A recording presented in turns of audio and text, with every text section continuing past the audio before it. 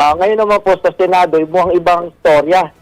Ibang istorya nag-unfold sa Senado, no? Kaya I think it was either Senator Lacson or Senate President Tito Soto who said na pag nakarating yung articles of impeachment sa Senado, hindi agad silang magko-convene as an impeachment court. Kasi nga ho, tingin nila, they don't have the numbers.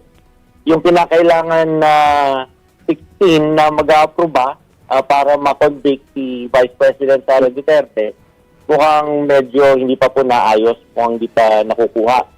At saka po kapag nag-convene sila agad as an impeachment court, baka mapagaya yan doon sa last year. Na nasa early stage pa lang, na-dismiss na agad yung impeachment, nag-end agad yung impeachment process.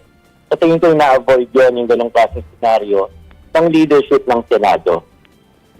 Pero sir, in trying to avoid that scenario, doesn't this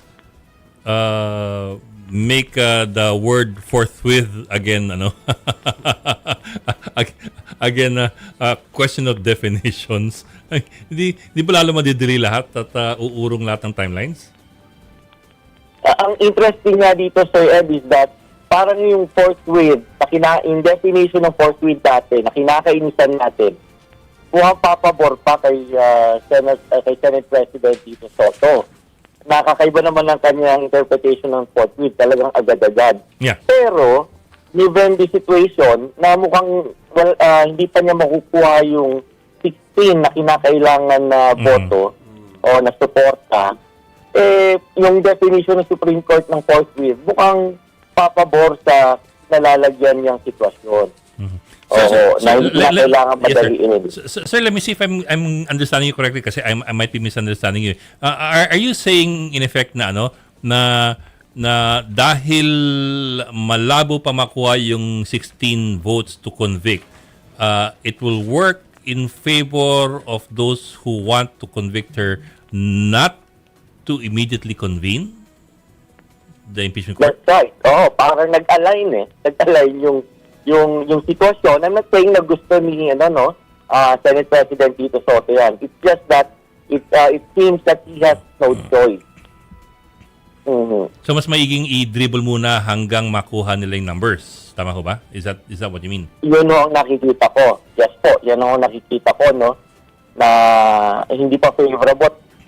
And possibly, baka maghihintay pa ng favorable time itong Senado para ituloy yan o mag-convince sila sa impeachment court. Pero sir, what could change things to make it favorable? I mean, what could what could change the formulas or the equations? Well, I don't know kung yung nangyaring sa House Committee on Justice, yung presentation of evidence, yung mga tinatawag ng nadaming evidence, have already changed the minds of some of the pro-Duterte senators. O kaya yung mga yung mga nagdadalawang isip pa. They are with the administration pero sila ay half-hearted pagdating sa pagsuporta sa impeachment ni Vice President. So, tapos, meron dyan of course, may mga behind the scenes. Yung mga hindi natin nakikita, yung mga backdoor negotiation. Yung behind the scenes, sir, yung Yun nga, baka doon umaasa.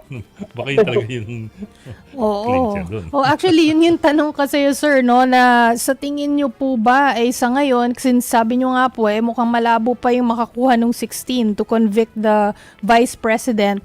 Sa ngayon, ang tingin talaga nila, even kung mag-convene sila, mag-presentation ng evidence, ay malabo pa rin?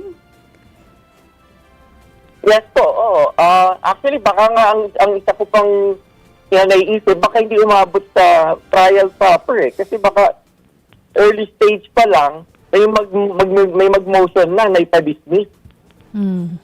So baka may posibleng ganun. Although, I doubt it they can get the majority, so far, some lang naman yata sila, o 10 who are siding with the Vice President. So, pero pagdating sa conviction, yun ang wala talaga silang numero. At the moment, parang hirap sila makuha yung 16 to convict the Vice President.